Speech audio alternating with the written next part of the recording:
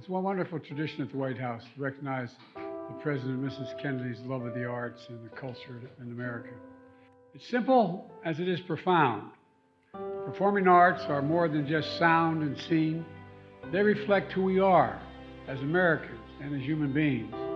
That's especially true for more than 200 Kennedy Center honorees over the past 46 years who have helped shape how we see ourselves, how we see each other, and how we see our world. Honor is not just based on the length of the career, or the scope of the work, or the height of the fame, but because of their unique place in the conscience and the very soul of our dynamic and diverse nation. You're an incredible group, you really are. Ladies and gentlemen, congratulations to the 2023 Kennedy Center honorees. Congratulations to your families and friends, and thank you all for supporting the performing arts that shape our conscience and the very soul of the nation.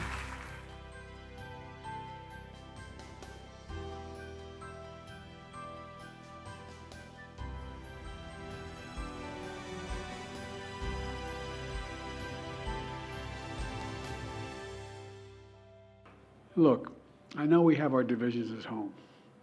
Let's get past them. This is critical.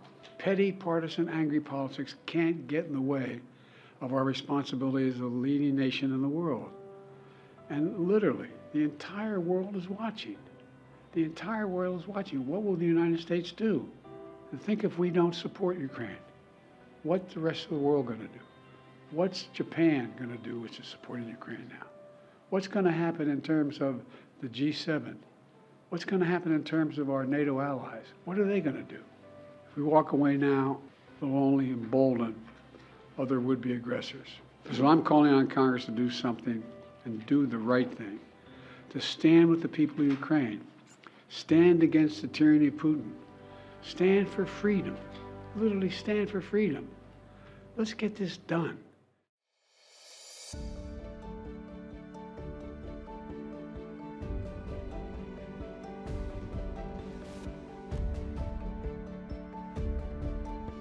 Executive order reforming federal funding and support for tribal nations to better embrace our trust responsibilities, promote the next era of tribal self-determination.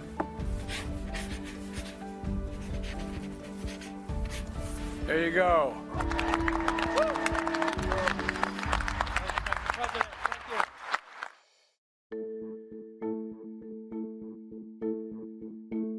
When I ran for president, I made a commitment to build a world-class, high-speed rail worthy of the United States of America.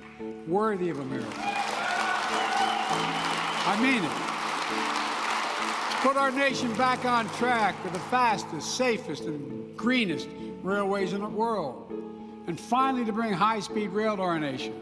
Today, I'm here to deliver on that vision. You have no idea how much this pleases me. At long last, we're building the first high-speed rail project in our nation's history, and it's starting here. It's part of $8.2 billion investment we're making in 10 major rail projects across America, reaching tens of millions of people. We're putting high-speed rail on the fast track. Together, we're finally going to make high-speed rail happen between Las Vegas and Los Angeles. Folks, we've been talking about this project for decades. Now we're really getting it done.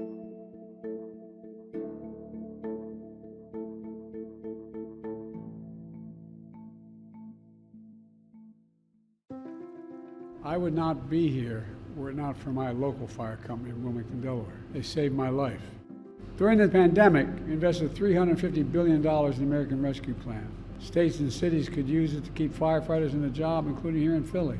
I also signed a budget providing $360 million each for both assistance to firefighters grant program and a safer grant program, and helped put almost 1,200 more local firefighters in the field across the country. And starting today, for the first time in nearly 15 years, this neighborhood once again has a ladder company on call 24 hours a day, 365 days a year, ready to keep them safe. I promise you, we're not stopping here. Hanukkah is a timeless story of miracles. We just met with Holocaust survivors downstairs who taught us about the perils of indifference, what they experienced, only to see what's happening today.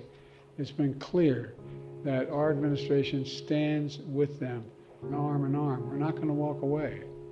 A menorah, a symbol of the Jewish people, that not only survive, but heal, rebuild, and continue to shining their light on the world. A reminder to hold on to the miracle of hope and faith. Because when we do, no night is so dark we can't find light. No night is so dark we can't find light. No one knows that better than the Jewish people.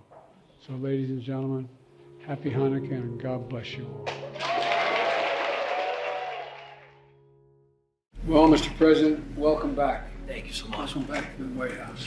It's great to be at your side once again. We're going to stay at your side. Congress needs to pass a supplemental funding before they break the holiday recess. The threat to America, to Europe, and the world will only keep rising if we don't act. And I don't want you giving up hope. American people can be and should be incredibly proud of the part they played in supporting Ukraine's success. We'll continue to supply Ukraine with critical weapons and equipment as long as we can. Putin is banking on the United States failing to deliver for Ukraine. We must prove him wrong. 2 years ago, I signed a law, once in a generation investment in our nation's infrastructure, and to fix our roads, railroads, bridges, ports, airports, remove every single lead pipe in the country, and extend high-speed internet, advanced clean energy, and modernize the electric grid. That's why we're here today, to discuss how we can ensure that we invest in infrastructure that is secure, reliable, resilient for generations to come, no matter what. Because it's not just about building infrastructure, it's about building better infrastructure, stronger infrastructure. Infrastructure that can withstand 21st century challenges from climate change to cyber attacks to natural disasters to foreign threats, and so much more. And that's why last year I asked this council to ensure that resilience is built into all of our infrastructure projects, including critical sections like energy, communications, transportation, and healthcare. Today, I'm looking forward to hearing about new projects this council will pursue in the coming years as well. Mr. President, I want to introduce you to the Artemis Crew. Proud of you guys. Thank you. I really mean it. Thank you. Mr. President. Thank you. Oh, I was excited to see you. Well, I tell you what, closest I came to the moon was my moon rock here. I can remember exactly where I was. I was on the northeast extension of the Pennsylvania Turnpike, and I pulled over, and I remember sitting there listening to the landing on the moon. 50 years later, well, it's a big deal. You guys are incredible. You're absolutely incredible, really. Let me show you around the office a little bit.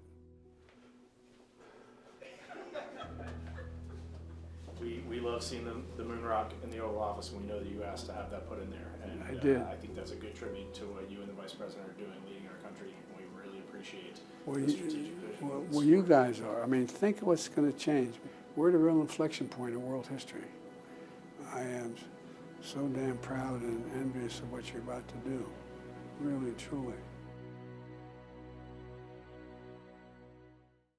This has been an ongoing fight, not just on my part, but on the part of an awful lot of people. We're here at a pharmacy today at the National Institute of Health to talk about my administration's work to crack down on price gouging, lower prescription drug costs, to put money back in the pockets of hardworking families, and reduce government spending on prescription drugs at the same time. We finally, after all these years, beat Big Pharma when I signed the Inflation Reduction Act to get seniors and taxpayers a better deal. For years, there's been no check on how high or how fast Big Pharma can raise drug prices. In the year before we passed this legislation, drug makers jacked up prices nearly 4 times faster than inflation went up. With this law, we finally beat Big Pharma. And we got it. Hello, Mariah, how are you? Hello, sir. I'm a fan. I'm a fan. Oh, we love it. Come on. Thank you. Look, it's the beginning of a video.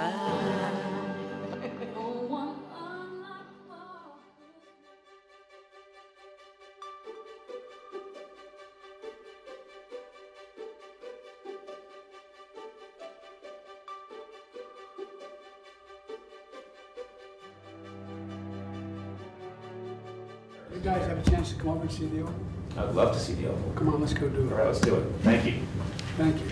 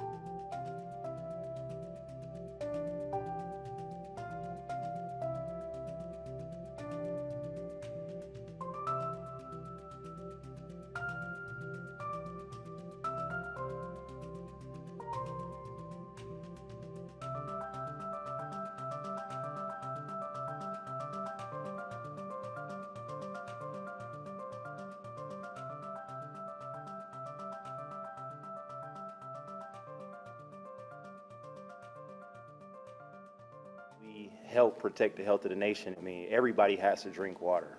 You fundamentally absolutely. change the health of the nation. As the saying goes, the plumber protects the health of the nation. My name is Rashawn Spivey. Milwaukee is my home. Growing up, my mom worked multiple jobs to make ends meet. After years of hard work, I achieved my dream of becoming a master plumber, and I opened my own business, Hero Plumbing. Earlier today, President Biden stopped by Hero Plumbing. Welcome to Milwaukee. How you doing, man? What's your name? Anthony. Dan, good to see you. How are you guys doing? Thanks to his investments, we've been able to replace 600 lead lateral pipes across the city. But prior to the infrastructure spending, we would only get 8 jobs or 10 jobs like this a year. And now we can do 400 out in a year. Through the historic bipartisan infrastructure law, my administration is investing $15 billion to replace every lead pipe in every community in this country. Through the Small Business Administration, we've delivered $50 billion in capital this past year to small businesses across the country, doubling the number and the value of black-owned small businesses since 2020. You're proof that black small businesses with the talent and integrity and ingenuity are the engines and the glue that hold communities together.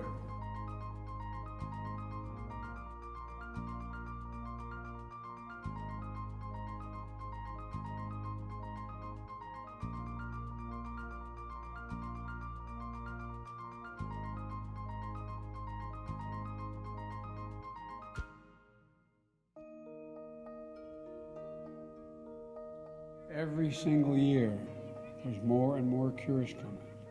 Every single solitary year. So as my father would say, keep the faith. We're going to beat all this. I promise you. I promise you. Thank you. We love you all. God bless you all. God bless you. Good health to you.